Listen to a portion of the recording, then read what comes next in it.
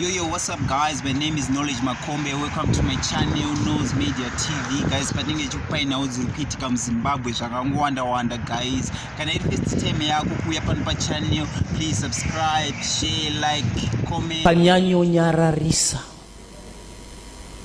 Satani uchiita zvake madiro. Makanyanyo nyarara. Wakatanga aenda neutano wako. Akaenda ne marriage yako, wakaenda ne motokari yako, wakaenda ne mwana wako. Izo ziune misozi. Mwana wangu wakafa zvandisinganzwisisi, hama dzangu dzakafa zvandisinganzwisisi, basa rangu rakapera zvandisinganzwisisi, umsebenzi wami waphela okungazwisisekiyo. Satani uri kuita madiro neupenyu wako. Usathane uyenza intando ngempilo yakho. Imi makangonyarara. Wena uphonga ukuthula nje. Koneiko makanyanyonyarara kudaro. Kungani uthule kangaka? Kunyasogadzikana. Ukuhlaliseka. Satani uchitamba neupenyu wenyu. Usathane edlala lempilo yakho.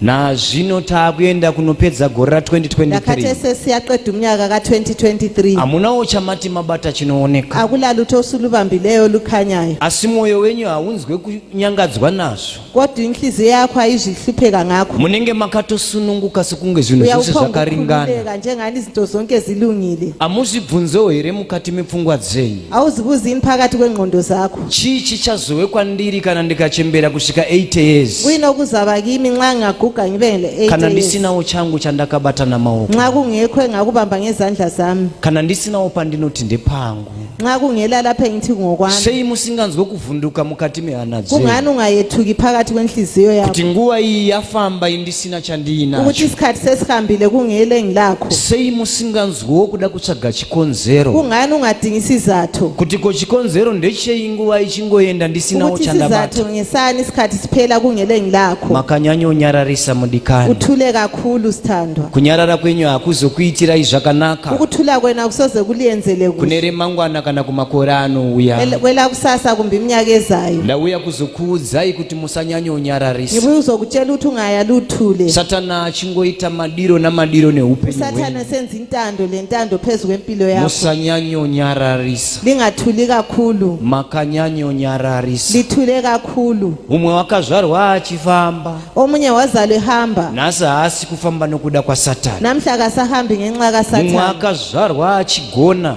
Omunye wazalwa ekwanisa. Nhasi kugona akuko kwaari nekuda kwaSatani. Namhla ukwanisa akusekho ngenxa kaSathane. Umwe akazvarwa aine mbereko. Omunye wazalwe lenzalo. Mbereko iyo nhasi yakabatwa naSatani. Inzalo yakhe namhla ibanjwe nguSathane. Asiye wakangonyarara chete. Kodwa yena uphonga ukuthula kuphela. Vamwe vari kufa pagore nepagore. Abanye bafa umnyaka ngomnyaka. Mukati medzimhuri dzatinobva. Phakathi kwezimuli esisuka khona. Asi mumwe mudikana akangonyarara chete. Kodwa esinye isithandwa lapha siphonga ukuthula nje. Izvi hazvifanirwe kuti urambe wakanyarara. Lokho akwenza ukuthi uyaluthule. Ndaona kunyarara kusina kufanirwa. Ngibona ukuthula kungafanelanga. Ndikaona kunyarara kusina kunaka. Ngabona ukuthula kungalunganga. Vandati ndiuye kuzotaura nehama iri pano. Namhlanje enzokhuluma lesihlobo esilapha. Kuti kunyarara kwako hakuna kururama. Ukuthi ukuthula kwakho akulunganga. Ngatiti imbwa. Sithi kumbe inja. Ichidhonza chekutsikira chiya. Idonso kokunyathela lokhuyana. Imi mukaramba makanyarara imbwa yaruma chekutsikira chenyu. Wena suyaluthula injinya ilume khona. Inobva nacho pamunochiona. Yasuka lapho obona khona. Yotanga kuchibvarura meti ipi. Siqalisa ukudabula imeti leya. Zuva raunozotsvaga meti yako unoona yabvarurwa neyani. Meti uzabona idabukile. Ndawakaramba wakanyarara imbwa achitakura chi. Ngoba wayaluthule inja ithwala imeti. Achitakura meti yako. Haleluya. Musaramba makanyarara. Lingayalilithule.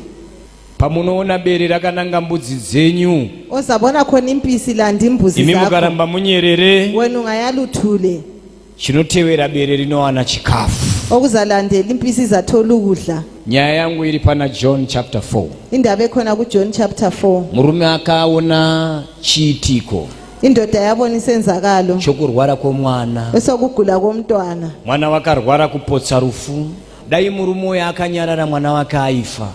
wayalethula umntana wayeza kufa. wakati handinganyarari mwana wangu achifa, Wathi angisoze ngithule umntana ami esifa. wakati handingashayi hanya pamusoro pemwana wangu. Wathi angisoze ngisheli ukukhanya phezu Saka komntwana. wakasimuka akatsvaga muponesi Jesu. Wasukuma wadinga umsindisi uJesu. Ndokubva atakura nyaya yekurwara kwemwana wake kuenda Wasethwala naye indaba kuna yokugula Jesu. komntwana wakhe kuJesu. Upenyu haungochinja kana makanyarara, Impilo ayisoziphonga untshintsha nxa ungayaluthule. unochinja kana munhu ataura ari muna Jesu, Iyantshintsha nxa ungakhuluma kuJesu kuti upenyu chinja. ukuthi impilo intshintshe. Mapanzwisisa ka? Imakanyanyodi Lina lithule kakhulu makanyanyonyararisa, makanyanyonyarara muchitarisa chiitiko. kodwa liyale lithule kakhulu Uyu likhangela. murume uyu akaramba kunyarara pana John chapter 4. Khathesi awumelanga uyaluthule. Paakatarisa mwana wake achirwara kudai zvakamurwadza, Akhangela umntana wakhe egula kwamzwisa ubuhlungu. wakati izvi ndinoenda nazvo kuna Jesu. Izvi Lokho wasesithi uhamba lakho kuJesu. paanosvika kuna Jesu anoti mwana Khona wangu, kuJesu uyathi umntanami. anoti mwana wangu Jesu, Uyathi umntanami Jesu. anoti chi mwana wangu Jesu. Uyathi umntanami Jesu. Maifanira kunge muchitodhiraivha mota but makanyanyonyarara, Yikho ngisithi lithule kakhulu. chikwambo chichita chiri kuda imimi makangonyarara, Undove ekwenza konke. chikwambo chichimuka chichishedzera kuti pamusha panapa hapana anotenga mota murudzi runo, imi makangonyarara. Uthenga imota wena uyaluthule. Zizi richimuka richirira kuti hapana anoroorwa pavasikana vese vari mudzinza rino, vasikana vakangonyarara. Lina liyala lithule. Haleluya. Kadzi ichimuka ichichema-chema kuti hapana anobata mwana, hapana anobudirira. Vakomana navasikana vakangonyarara chete. Amantombazana labafana bayala bethule. Upenyu hauchinji kana vanhu vakanyarara. Impilo ayintshintshi nxa ungayaluthule. Upenyu hunochinja kana vanhu vakanzwa shungu neupenyu hwavo. Abantu bayantshintsha impilo nxa Murume uyu wakanzwa shungu neupenyu hwemwana indoda wake. lo wazwa ubuhlungu ngendaba yempilo. Ndokubva aona kuti situation iyi haisi yekuti ndinogara nayo iyi. Wasebona ukuthi situation leyo Uye ayisiyo situation iyi haisi kundinakidza. njalo situation ayimchazi. Pane ari kundinzwa. Ukhona yini ongizwayo? Situation yako haisi kuda kuramba wakadini. Isituation yangikhona ifuna ukuthi Wakanyarara, uyaluthule. wanyanyonyararisa mudikani.